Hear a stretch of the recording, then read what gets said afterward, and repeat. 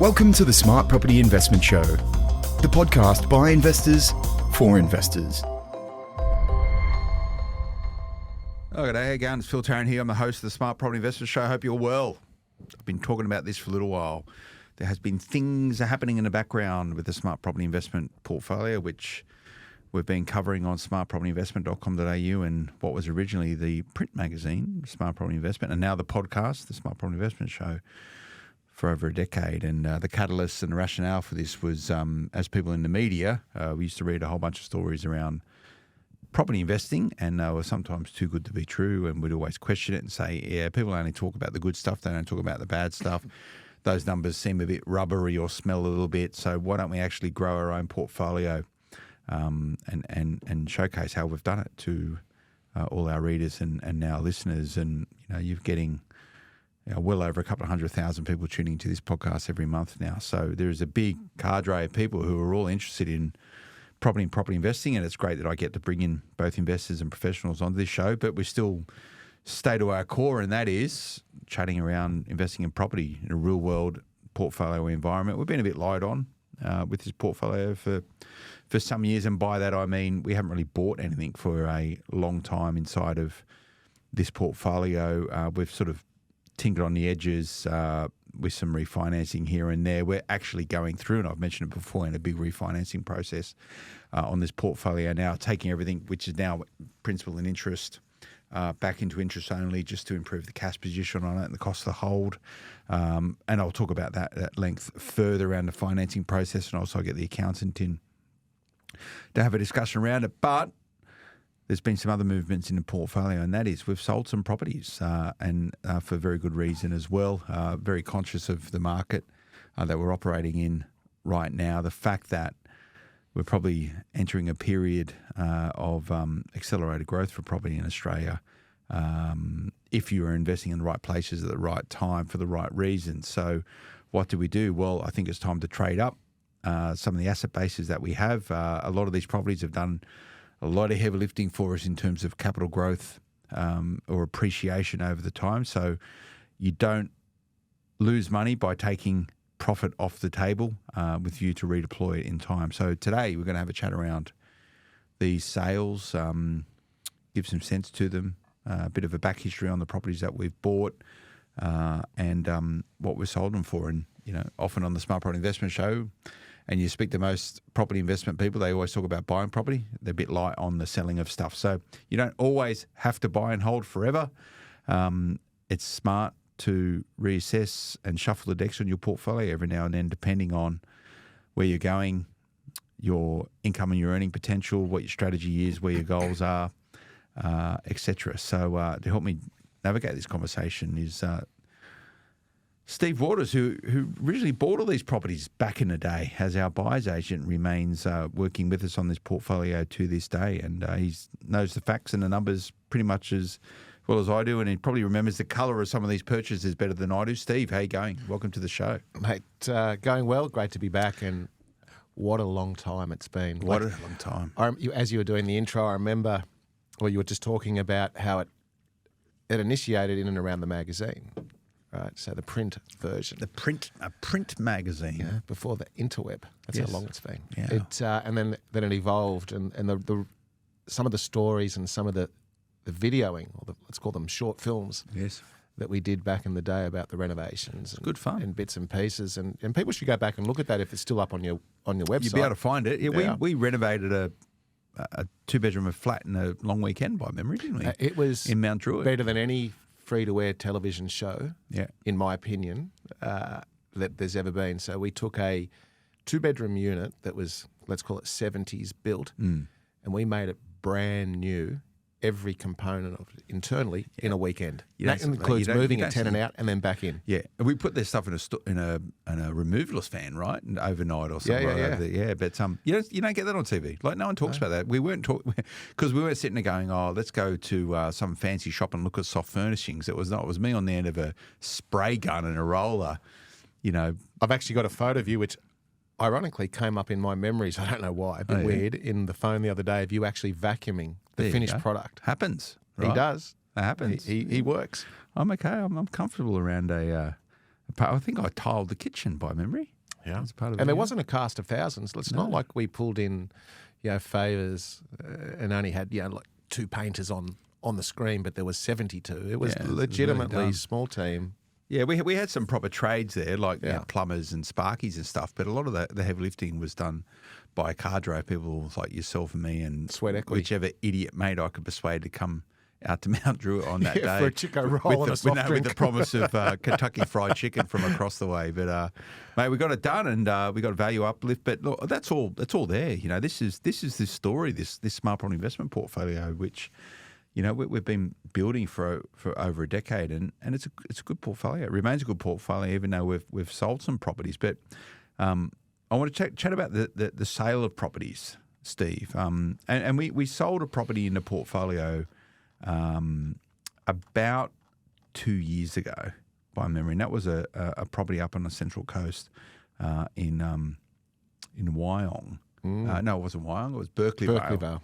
So we've covered that off on this podcast. That was sold February 2022. So that's what's that? A year and a half ago. Which we bought in September 2012. We did a significant cosmetic reno on it. We bought it for $230, and we sold it for $730,000, which was pretty good going. I actually drove past it the other day, and the new owner's done a pretty good job on it. Yeah, we fixed the roof before we sold it. Well, that was a property that I guess was bought at a period of time where the market was in flux. Yeah.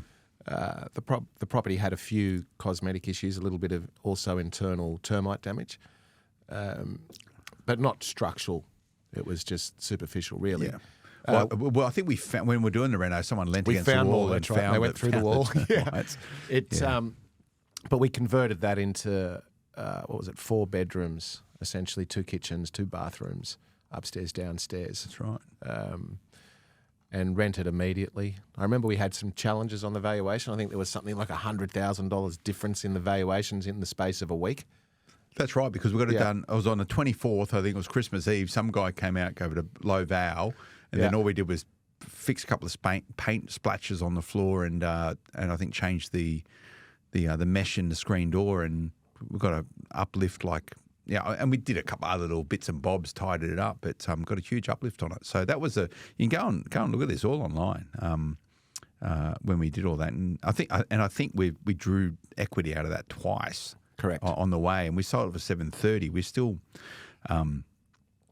realised 380 odd grand in equity we pulled out of it. Which is pretty good going. So it's okay to sell. Are you happy we sold these other properties, Steve? You're upset. Yeah. Very Look, I think Berkeley Vale was good timing, and especially for that property. Yeah.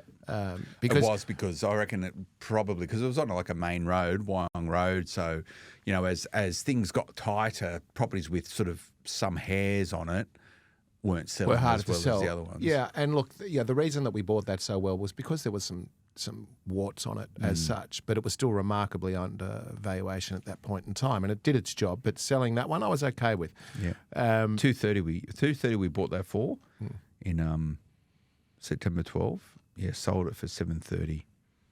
10 years later. 10 years later. I mean, that's. If you go by the property doubles every 10 years, which I don't subscribe to. It's 217% growth in 10 years. Did its job. Yeah, you can't complain. Yeah, but let's preface it also. And its job being it released equity at the back end of it, but we also used it twice for refinancing and extracting equity to continue growing the portfolio. Well, if we go back to the very first purchase, which we will in a minute, because that was one that was also sold as well, the whole story around this portfolio was an initial pot amount. Yeah, it's about 200 grand. 200 grand was set aside to create a portfolio. That 200K came out was recycled back out not long after the first couple of purchases. So from that moment on, the portfolio, I guess, perpetuated itself, leveraged itself into what it is today. Yeah. And some of the properties, which we're obviously talking about being sold, it wasn't a matter of let's sell the properties and go buy a boat. It was a matter of let's repurpose that into which I guess you'll describe a little bit later on, but what I refer to as bracket creep. Yeah, and that whole portfolio before we started selling off it. So we sold 3 recently over the last month or so, plus that property up in the Central Coast. Total valuation is about just over $9 million, $9.5 million is what we were able to turn that 200 grand into. Like if you just sit back. It's ridiculous, right? Right. People go, that's impossible. Impossible. But once again, that's why the portfolio was created. And we to tell the refinanced it. We story. took the money back out, so it was created with $0. Correct. It's like in theory, it was created. I mean, the $0. number crunches go. That's an infinite return on investment. But at the end of the day, the 200 came back out, and if I start again, $200,000 was the contribution. That was the business startup funds. And before you sold this last couple of properties, it had a total valuation of just over $9 million. Yeah, that's a pretty good effort. Yeah, it's not bad for a decade, right? And not really spending too long on it, like a little bit, but nothing too crazy. But it still retains. Then the portfolio's still got $6.8 million after all the sales. $6.8 million would be its val. So equity position about $3.5 million. So it's got about $3.6 million worth of debt on the remaining portfolio. But let's be very, I guess, clear, open and honest about that position. This wasn't created by chance. I mean, this was a strategic, methodical approach the whole way. Well, that's what you guys did. That's why I used you. Okay, fair point. Thanks. I'll take that. Nice one. It's a compliment. Take it easy. It was more that. But there's been challenges along the way. We've probably from the very first property through to today, there's probably been four crises in that time. Depending on which sort of filter you want to put on it, whether it be COVID, whether it be APRA, whether it be election, whether it be financing issues, and then we can overlay the management. So I guess I don't want everybody to think 200,000, 9 million. Sort of go back and listen to me complain on some of those podcasts that we've done beforehand. Like, property is not a passive. It's not a passive investment. It's not passive. It's not, and it sort of ebbs and flows. Sometimes you don't. What you find is that when it is a passive investment is when it creates problems. Correct. It's when you go, I don't worry about it, which I've sort of done recently, right? Going, it doesn't matter. Now I'm sitting there going, like, the cash burn on this is huge because I've got P&I mortgages and all the interest rates have gone up. I should have refinanced it some time ago. I'm nearly there with it and I'll do a big report on it. But when you don't sit there tinkering with it, if you don't service your property portfolio like you would service a car, you end up with problems. Might work for a while, no worries, but then eventually, you're gonna blow your gudgeon pin, right? Because you've had enough technical talk from the mechanic. But I guess the way to describe that is if you don't look after / manage the debt, it won't look after you.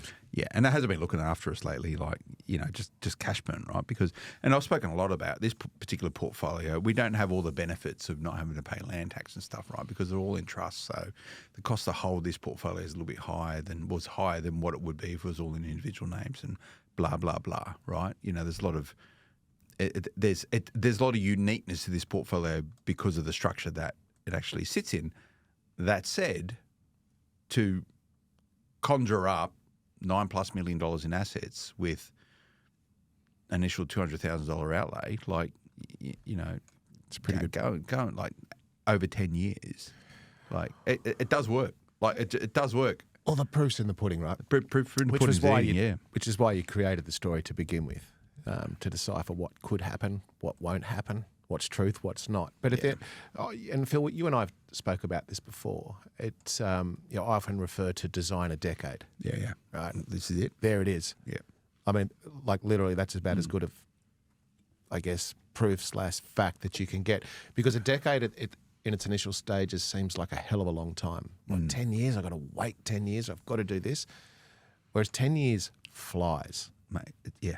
And if you can design that decade with some goals, with some reverse engineered action steps, because there's been plenty of action steps. This isn't something we'll start and then 10 years later, happy days. You got to hustle the whole way through it. The whole way through it. And it's constant. But, the rewards are there. The rewards are there. And you look at it now, right? So this portfolio, what remains, and we'll put it all up online. It's sort of about $6.8 million, right? Is its valuation. Thereabouts, they're a bit rubbery, depending if it's a bank valuation or a sale valuation. Who knows? It doesn't really matter too much unless you're refinancing it, with a total debt of $3.3 million. So that's after the sale. So that's 50% LVR. Big numbers. Yeah, big numbers. And but you could do like that. That would be enough. Like, imagine if I just went, leave that now and leave it for another decade. Oh, that's I was going to go back to the question or the statement you say. Steve, you're not particularly happy that we sold these properties. It's not that I'm not happy. It's just that you allow another 10 years, and then another 10 years after that. But as you said earlier on, you'll never go broke making a profit. Sure, you'll lose future gains, but you're not going to be wasting the money. It's a repurpose. Yeah, the stuff we've sold is worth about $2.93 million, right? And we bought those 4 properties for $933. So all of these have had over 200% growth on them, except for one of them has only had 177% growth in failure. Yeah. So let's talk about the other properties. So that was the first one was in Berkeley Vale up on the Central Coast. So that's the first one we sold, but I think in terms of the cadence of buying, it was probably about the 5th property or 6th property that we bought. So we'll talk about the other ones, but we're going to go to a break beforehand. Bit of suspense. Everyone's going, where was it? I don't know. We won't use actual street names. We'll use suburbs when we talk about it. Stay with us, everyone. Back in a moment.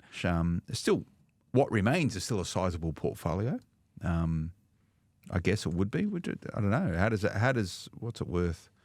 6.8 million. How would that sort of, as a comparison, a normal client with you, where would that sit? Is that high, low, medium? There's no normal client. Yeah, is that would that be in a bell curve? Would that be in a chunk? Is that normal, or is that what a lot of people would be aspiring to? No, that's given the time that we've held these properties. That's what you'd expect. That's what we expect. Yeah. In fact, if I go back to the middle of COVID, when the market was molten lava hot, a lot of the conversations I was having with clients during the review process were, especially those that bought in and around the same period that your portfolio was established, is, well, we've hit our goals now, their goals. The goal was to retire debt and have unencumbered property. So a lot of the conversations was, let's selectively sell off some of these to retire all debt. Yeah. And game over.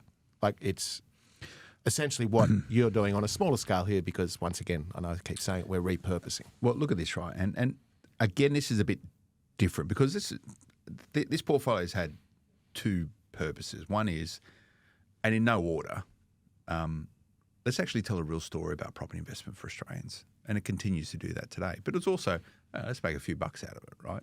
If this was a personal portfolio, and say you did this process and you capped out somewhere near $10 million in value, right? What we've sold from that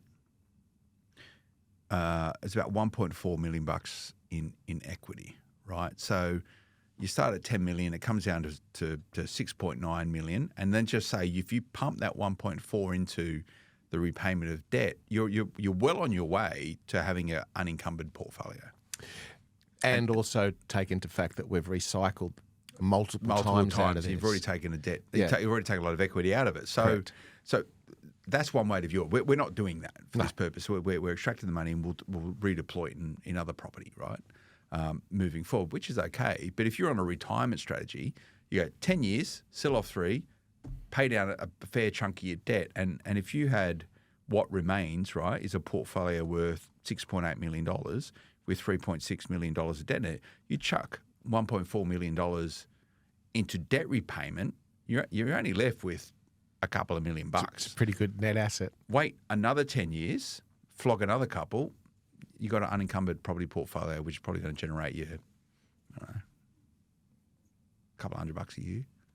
Couple $100,000. Yeah. Yeah, a couple $100. Yeah. Yeah, but also, remember, we took the $200,000 out multiple times. Yeah. Yeah. Yeah, it's on the way out. So let's chat about what we've sold. So we spoke about the one up in Berkeley Vale on the Central Coast. Right place, right time. I think at the point in time we thought we'd probably missed the market by a couple of weeks by memory. Literally. Yeah. Yeah. Yeah. And I think it probably could meant another sort of circa $50,000. Yeah. You know, what if? And I think on these other properties, we probably missed the market again by maybe a couple of months. But who knows? Maybe there's a bit of a theme there. Yeah. Welcome back, everyone. Phil Tarrant here. Crisis is averted. I've powered up my laptop machine, which has a very large spreadsheet in it, which has evolved over a decade to help me shape, map, monitor, make decisions around the smart property investment portfolio. And as you would have heard before the break, or even a very impromptu break, 3 more properties have been sold, which leaves us in still a relatively healthy position, $3.3 million in debt on a portfolio worth about $6.84 million, so it's about 50% LVR. And what we do with that in the future, you'll have to tune into more of the Smart Property Investment Show. But Steve, let's chat about some of these sales, because I know that's what everyone wants to know about. Yeah. That's what everyone wants to know about. It's the first property. It's still questionable, and I think it probably comes down to a matter of days what our first property was, whether it was a house, 2-bedroom house in North St Mary's, or was it a 2-bedroom apartment in Mount Druitt. So It was a house. It was the house by a little bit, right? Minutes. Minutes, probably. So we sold the house in North St Mary's, where people are going, you're an idiot, because the new light rail's going through North St Mary's. It's going to be a hub. It's a good spot. Corner block opposite a park. Old sort of old weatherboard, 2-bedroom, 1960s, I would say. Property, can't put a duplex on it. Buy a few square metres, but could put a granny flat onto it. So we decided to sell it in North St Mary's. If you're not familiar with the area, it's western suburbs of Sydney, halfway between Blacktown and Penrith. There's a new rail line going into Metro into St Mary's, which will be part of the Badgerys Creek.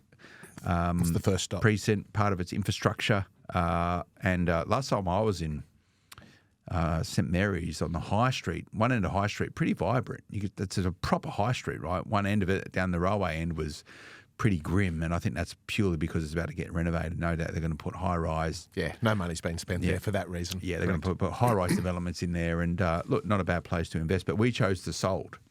We purchased this property in August 2011 for $215,000. You said At auction. At auction. Remember back when you can get a $200,000. It's only 10 years ago, right? Well, 11 years ago.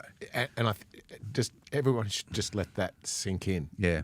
It's only 10. $215,000. I think on that night we bought another 2 for other clients because it was a run of auctions.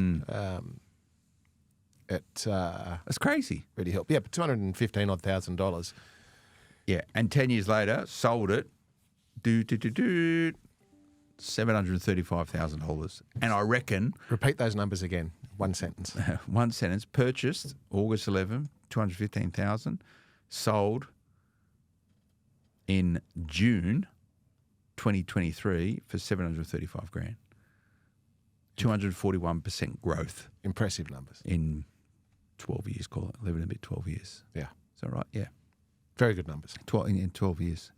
It's crazy. Look, yeah, the days are long, but the years are short. And yeah, once again, just referencing that the whole designer decade piece. It's really hard to, when you begin the journey of investing, it's really hard to actually believe that properties will go up in value to let's call it a doubled position and some in a 10-year time frame. Now, the reason that the 10-year time frame is, I guess, relevant is because the narrative is, property doubles every 7 to 10 years, which I, once again, don't believe in. Some will do it quicker, some will do it longer. But it's just that analogy, right, of that bracket. So the designer decade, and then you reverse it, I guess, or look for the living proof that it does happen is right there. It does. And we refinanced this twice on the way through by memory and back up to 80%. So our debt at the point of sale was $333,000 of debt on that property that we sold for $735,000. So, total equity at that point in time was $402,000 less agents' costs. And we used a very good agent, very, very good agent out of St. Mary's, who I think he just won Peter Diamantidis. From Ray White. Just won a swag of awards internationally and domestically. Yeah. So very good agent. And I'm sure Peter wouldn't bother me saying this if you need a good agent out in the that Western Suburbs corridor. I guess he'd probably do like Ruddy Hill, everywhere from like maybe Penrith through to Blacktown would be his beat. Well, he also just established / took over another office. Oh, did he? Yeah, so this will be his third office in that Western corridor. Yeah. Which is a testament to him. Good outfit. Yeah, I saw he was on the internet the other day, or the social media. He won a whole raft of awards out at the Ray White National Awards. So he's doing well. So, less his fees. But which were plenty. Which were plenty. Yes, yes. I saw him down shouting the whole milk bar there at in St. Mary's. But so we realised 400 odd grand less marketing costs, which about $5 and a big grand. Yeah, by memory, just pretty standard pack. Less conveyancing costs, $1,500 thereabouts, and then agents' fees. So you can't complain. I think anyone that does needs to get out more often. Can't complain. Yeah. So I mean, the complaint will be, as we mentioned earlier on, or not a complaint, but the commentary will be, well, why? Why'd you sell it? Why'd you sell any of them? And look, I've sold a number of properties over the years, some which were bought purposely to sell, whether it be a development or whatever. But one thing I can say is that the lesson, when you're entertaining selling a property, is to never look at it again. Yeah, don't go, I should have held it. Yeah. Because you can't do it. Because it's a moment in time, right? It's a moment in time. Because when I guess, want to punish myself when I do look at those properties that I've sold, they've all doubled and tripled. Of course they from have. that moment. But it's what you do with the money. Mate, there'd be someone would have bought this, or someone would have sold that property to me. I think it was a government. We bought it off for the government. $215,000 and going, what?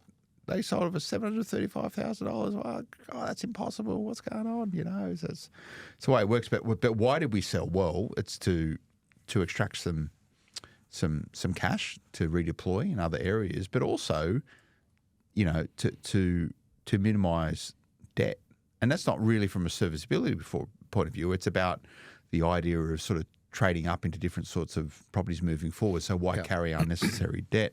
And by selling these 4 properties, so the one we spoke about in Berkeley Vale back in February of last year, plus these 3 properties which have been sold over the last couple of months, it's sort of taken about $1 million worth of debt off connected with us off the table. Yeah, and if you parlay that through, and it's probably the podcast timing's too short to explain the intricacies of it all.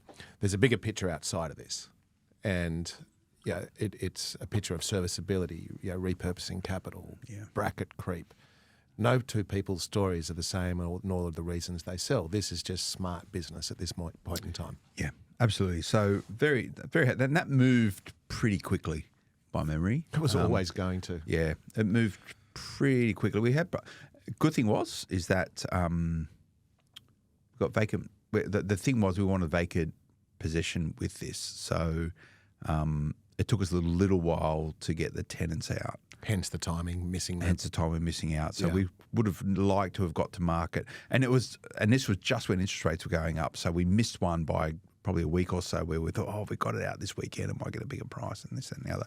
So that was a vacant position, but it took some time. And again, this is another podcast for another time. Do you sell with a tenant in there or not in there? And a lot of this is owner-occupier stuff, so you're better off not having a tenant personally. But it means you've got to cop a month or two potentially of not generating any income. Yeah. So, again, pros and cons. The second property, so that was sold in June of 2023, and we sold just prior. I think it was literally the day before it exchanged. The day before the end of the financial year, 29th of June, we exchanged on it. Was property in Ambervale.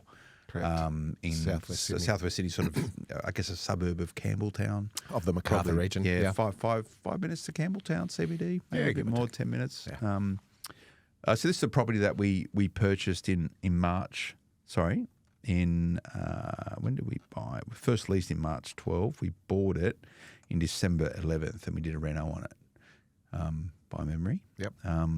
So we It was purchased it. just a slight reno. Wasn't Yeah, it? so More of a by haircut and a purchase is shave. when we Yeah. exchanged, then exchanged the settlement was 40 odd days, and then I think we polished the floors. We did Coat of paint. Coat of paint. Yeah. We tidied up the joint.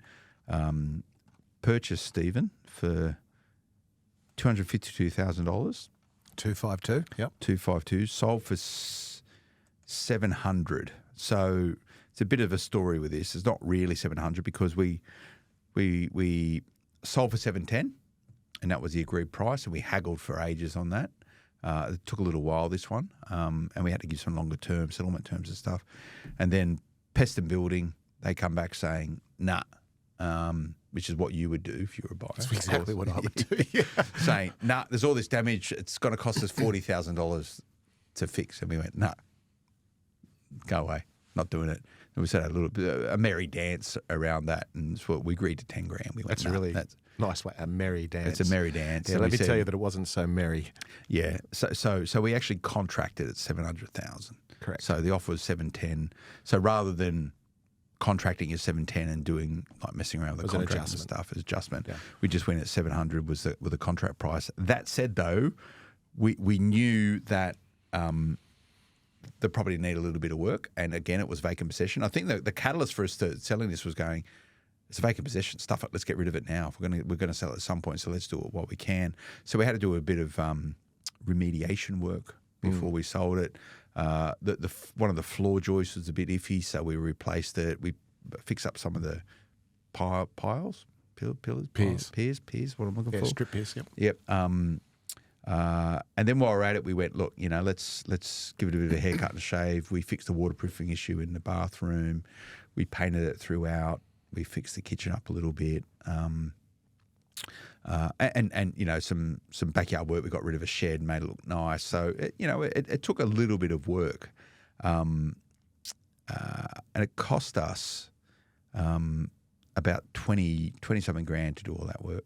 Yeah. And we actually used one of those buy now, pay later mobs to do it. One of those real estate ones, and I think so. I think it's about, call it 22 grand. Maybe the work was, and the agent went, "How are you going to pay for this?" And I went, "Oh, I don't want to." I'd rather I sort of did the sums. Keep the money in the offset. Thank Keep you. the money in the offset. Thank you very much. And I think the cost to sort of use one of these buy now, pay later things. So I just wanted to test it out to see. I've never used it before, and I went. It was really easy, by the way. Is it a credit application? It's literally just it is, but it's just you just put it through, sign it on your phone, and like literally probably one of the easiest things I've ever done. And I paid for the marketing on it as well. Very So dangerous. vendor paid advertising type stuff, right? Really, really easy. And they take it out of the proceeds of the sale. And I think maybe I've got to remember exactly the number. Maybe that even includes the marketing cost, but the cost to do that was about $1,300 or $1,400. I can't remember what it was. And I just went, let's just do it. It was so easy. Yeah. So easy to do it. And You can see how that could be dangerous to the uneducated consumer. Yeah. it could be. Yeah. It could be. And they take the proceeds of the sale. Look, I'm sure there's whatever. It was an easy process. So repeat the numbers. Purchased for $252 exchanged December 11th. So call it, 2012. Sold in June of 2023, a year and a bit later, for $700. But I grossed that down to $683 grand after the cost. So only grew by 177%. Probably Failure. extracted. I think that $22,000 included the marketing costs, right? did. So it's about 17 grand, I think, in repairs. Extracted about 320 grand out of it. Yeah. After having recycled a couple of times as well. Yeah, refinanced twice. Yeah. The total debt position at sale was 379 grand. So again, sort of 50% LVR, right? took half, Yeah. gave half back to the bank, some costs, etc. And I'll get the accountant on, and he strategically said, Phil, make sure you do some sales, but straddle different financial years because of capital gains tax. And I think that's a very important point in terms of what you mentioned earlier on about we miss the market by essentially in some of these sales by days and in some weeks where it could have meant the difference collectively of circa 100 to 150,000. But it is what it is. Could have. We had at the back of our mind we needed to really exchange these in last financial year. Yeah. So that made a difference for certain taxable reasons. Could have sat there and waited out. The property in North St Mary's moved pretty quickly. The one in Ambervale took a little bit longer, and again, we had problems with access, and because we had to do all that work, so we didn't want to show it until. So it took a little bit longer. Yeah. And had to pay for the mortgages during that period of time. Anyway, but the washout is I'm reasonably happy with these. And what are these properties worth? Well, they're worth what someone's willing to pay for them. So I would say that 700,000 exchange price is market value. Yeah. That's what someone was willing to pay at that point in time. It's market value. The one at North St Mary's, 735 market value. So the one which was a bit, the agent out in Ambervale was pretty good though. Really, really good. I might get her on and have a chat with us at some point. We'll go into more details with it. But the other property we sold, so we exchanged. Again, it was a bit of a settlement on it. Was in late July of 2023, and it settled probably a week or so ago. Call it 2 weeks ago. Mm-hmm. Purchased in January 2012, and this is a property which we've done quite a lot on, and we did a big open home and stuff out there. Bought it for $236,000 back in January 12. I think we might have exchanged on that just before Christmas. Just before Chrissy. There's a bit of a if you go back and look at those exchange/settlement dates, that was a time in the market where the Christmas period was beautiful buying. Yeah. The market wasn't very buoyant at all, well, back end of the GFC to some degree. No. And people were too busy saying, well, I've got no money to spend, it's Christmas, I'm certainly not going to spend money. So we were able to pick these up when nobody else wanted them or could. Yeah. I remember the auction for this, and it was us and one other person. And we were always going to buy it, and we're sitting there just going, just shut up, mate. Just you're not going to buy it. Stop pushing the price up. So we bought it. The price under the hammer was $236,000. However, when we got the thing assessed for financing, and I think it was with Westpac Bank at the time, they went, nah, we're not going to honour the contract price. We're going to we'll finance at the value of the land, which I think was $212,000. So they just went, mate, that house is uninhabitable. We'll finance on the on the land. On the land. And I remember sitting there going, 212, that's another 20 grand. Heaps. But to go back and look at the video on the website of this, because it was a big scene. It was a big production. But this house was uninhabitable in its truest sense. It's pretty nasty. And it was a bank repossession. And the combination of those two factors, that's exactly why we wanted this property. Well located. We wanted to do the renovation. It was a mortgagee in possession, and it was going to make a great story. Yeah, and it did. And we did a full reno on it. We sort of fixed the place right. I think we spent 40 odd grand on it by memory, which doesn't seem like a lot of money. That's painting a house today. Yeah. So when we say uninhabitable, like it literally was, hence the bank's valuation. But we turned this from a 3-bedroom, 1-bathroom thing into essentially 4 bedrooms with ensuite, or if you wanted a larger family, you could, and 2 kitchens, you could have segregated it. But it was about its location, timing of the market, and once again, buying it under what we perceive to be market valuation based on an end result. Well, we saw the opportunity to bring it up to the other properties in the street, that was through Reno, right? That's the whole notion of manufacturing equity. So what are the numbers? So this is in Cambridge Park, which is a sort of satellite of Penrith. Yeah. Well, it's 10 minutes to the CBD. Yeah. Yeah, thereabouts. It's actually smack between... It's well located between Penrith, St Mary's precincts and Mount Druitt as well. Yeah. Sort of Windsor out that way as well, isn't No, it? So no, if you go different further, direction. no. Yeah. Purchased 236, sold it for 765, and at the point of sale we had $433,000 worth of debt on it. So pulled about $330K out of it after repaying the debt, which is good. So as I said, we've through these sales we've removed about $1 million worth of debt, and realised about $1.4 million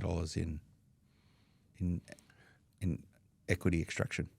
But we did miss the market on this one. We did. We had a problem with the tenants who wouldn't give access multiple times. And which would have been when we wanted to sell it. We had all these people booked up for an open home. It was just before another interest rate announcement, after I think 2 months of a break, and we're like, this is the weekend we want it, and then they wouldn't allow us access. We talk about getting the police in there so we get access and all this sort of locksmiths, and it was just like, there was a inverted commas a medical emergency, and I don't know what they were doing. But it's a really good example of how literally days/weeks can be the difference in a lot of in a lot of money. Yeah. And I truly do believe in this scenario, considering how much interest was in it in that sweet spot, that it would have sold easy into the eights.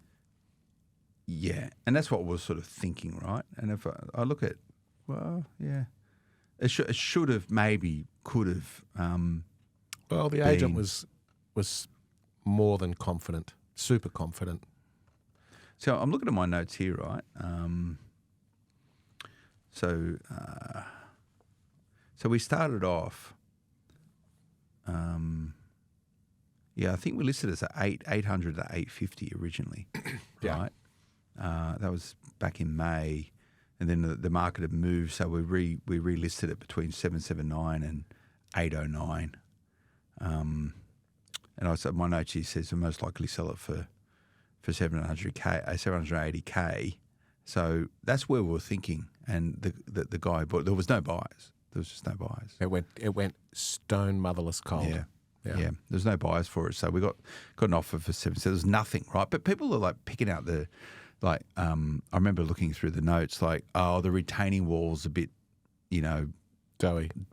Sort of, it's not straight, or it hasn't really got a backyard. It's got more of a side yard, so it's not really good for kids. And there was all these reasons why people didn't want to buy it. All potential buyers were doing exactly what I would have done.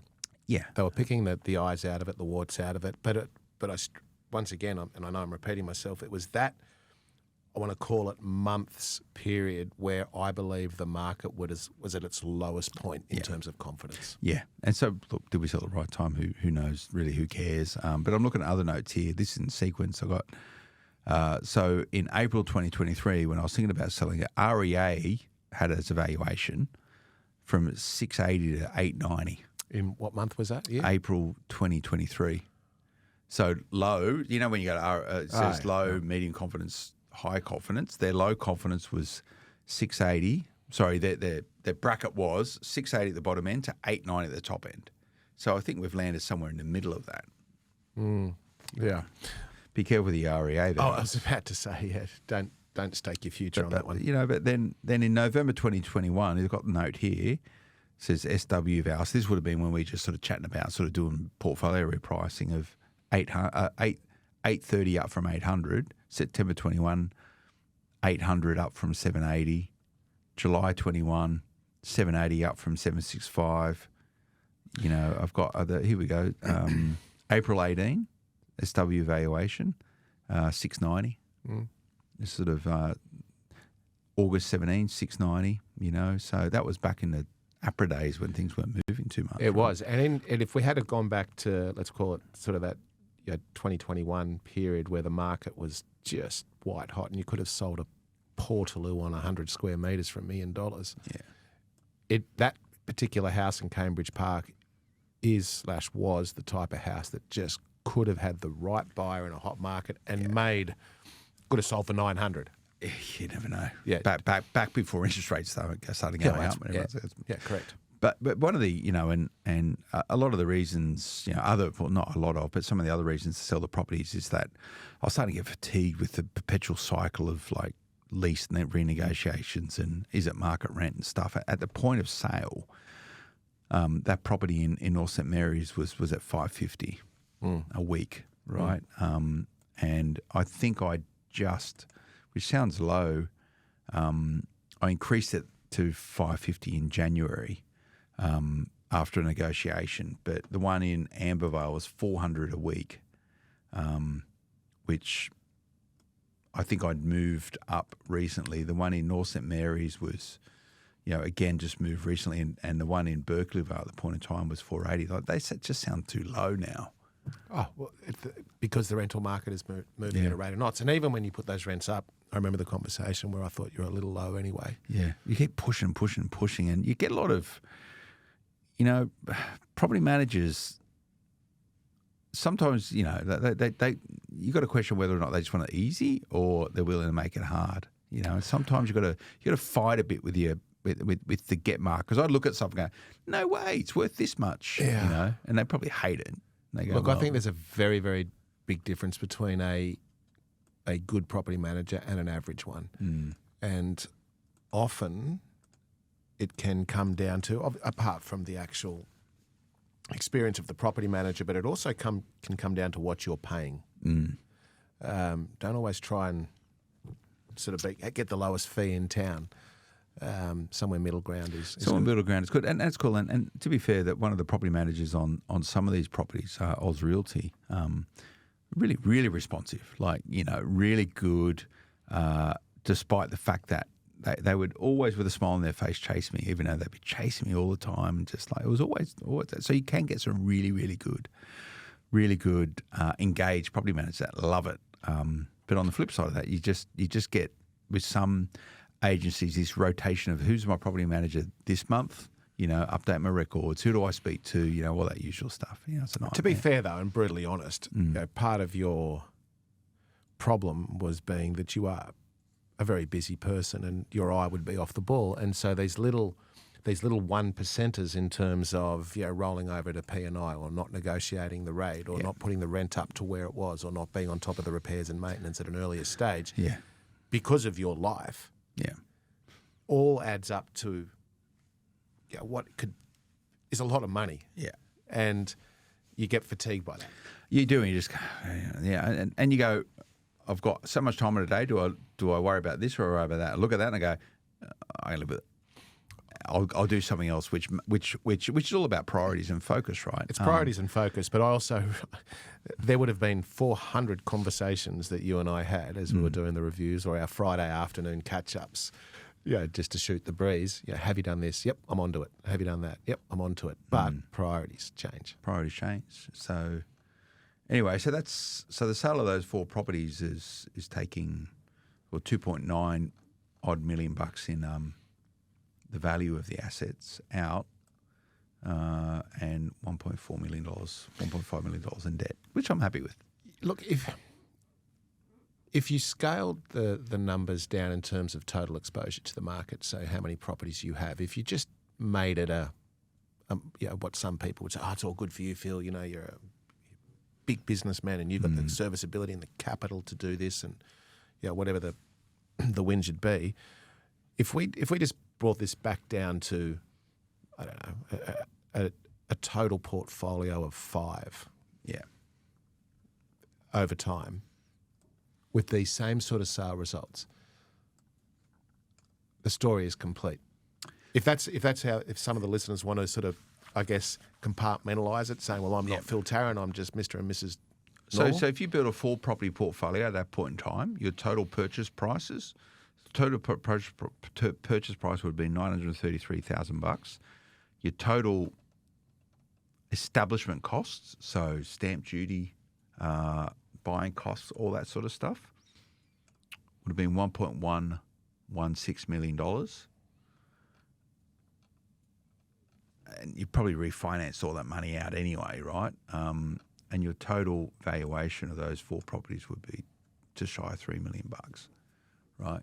Yeah, that might be a more regular portfolio. Maybe based on today, but back when you started, that was the norm. The volume and intensity was the norm because finance was easier. In fact, it was.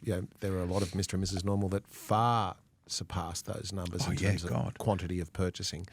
But today, let's call that like a normal piece. Normal. Oh, well, but it's more than normal because 90% of all property investors only own between 1 or 2 properties, right?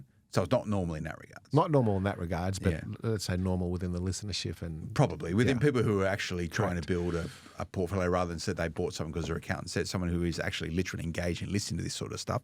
Probably normalish, right? Yeah. But it could have been a lot more, and I've said it on this podcast many times. If I had my time again, like back in those days of 2012 and 2013, I could have bought you could have doubled it actually quite easy because finance was easy. without really. It was could have doubled it. Could have done twice as much, but which means that rather than this portfolio at its maximum being 18 or 19 properties, would have been like 30 something properties, right? And I'm happy I don't have the headache, to be honest. Well, until you got the pot of gold at the end of the rainbow, then you would have said, "Hey, it was all worth it." But Yeah. I think we need to stress that this was deliberate and it was a story, and that it wasn't as though you were throwing millions of dollars at this portfolio to establish it. This was a normal run of the piece with normal incomes. Yeah. Not because Phil Tarrant's special. Well, I think the other way to look at it would be there's nothing I haven't done because I've had this portfolio. If that makes sense. Yeah. It hasn't stopped me doing anything. No.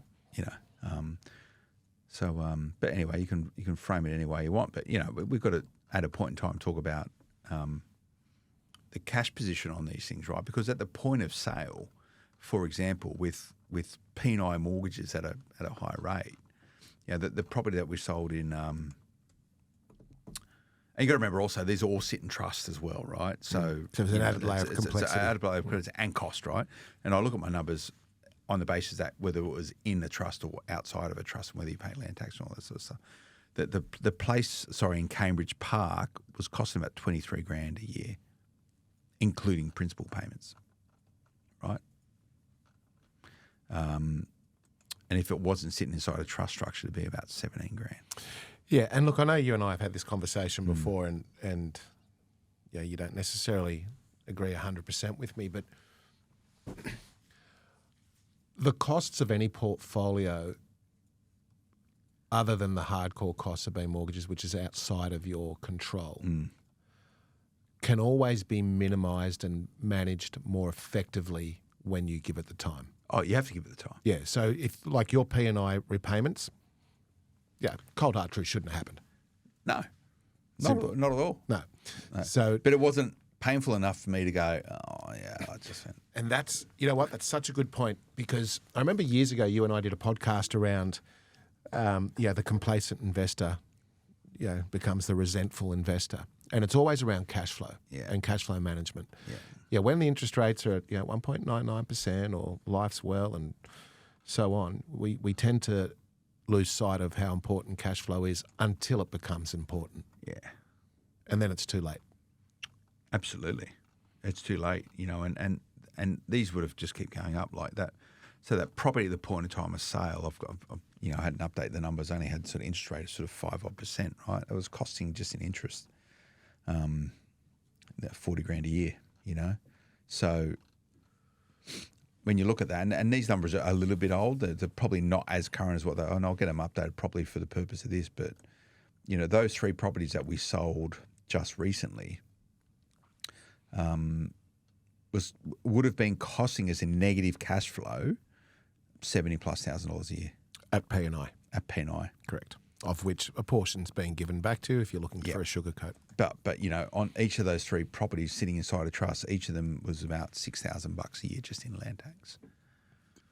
Which you could go all the way back to the beginning and talk about total cost of return and all this. Correct, sort of stuff, but going back to the beginning for the listener, why structure is so important. Yeah, structure is important, right? And if you're going to build a big portfolio, you've got to have a different structure than if you're going to have a small portfolio. But sometimes you don't know you're going to get a big portfolio, so you do the structure which is right for your point in time. Yeah. Anyway, lots of numbers there. We'll get all this up online. We'll do some stories around it. But it's nice to remove that negative cash flow. And then, as I said, we're through this process at the moment of refinancing everything back to interest only. So the cost to hold this portfolio moving forward should be a lot less than what it has been over this last period since we've had this acceleration of interest rate repayments. But again, and this is why I'll get the accountant to have a chat with us. One of the great things around trusts is that you can carry forward losses. Which in some way are an asset because they can be a tool from which that, it might cost you money on the way through from a cash flow point of view, but when it washes through in terms of capital gains tax, you can actually use those losses. So again, if you have the losses. You don't have any losses in your portfolio, do you? Yeah. Ultimately, you don't want losses. You don't want losses. You don't want losses. And if you want to make money in property, you've got to appreciate the fact you've got to pay tax on it. And that's the way it works in Australia. You get all the benefits of negative gearing and all that sort of stuff. On the other side, if you realise your equity base, expect to pay tax. And that's the way it should be. Well, if you're paying tax, you're making money, apparently. Yeah, so I'm told. Anyway, lots more for us to chat through with this, Steve. But this is just really an introduction to our listeners around the sale of those 3 assets. We'll get more info up and out on it. That leaves us with 1, 2, 3, 4, 5, 6, 12, 13, 14, 15 doors remain. Nothing wrong with that. So just in closing, what were the figures, just quickly? Each property? In closing, so the 3 properties that we sold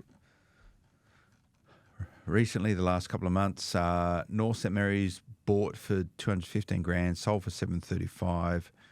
Had 332 grand's worth of debt on it. Ambervale, Southwest Sydney, Campbelltown Way, purchased for 252, sold for 700 with 379 grand worth of debt on it at the point in time.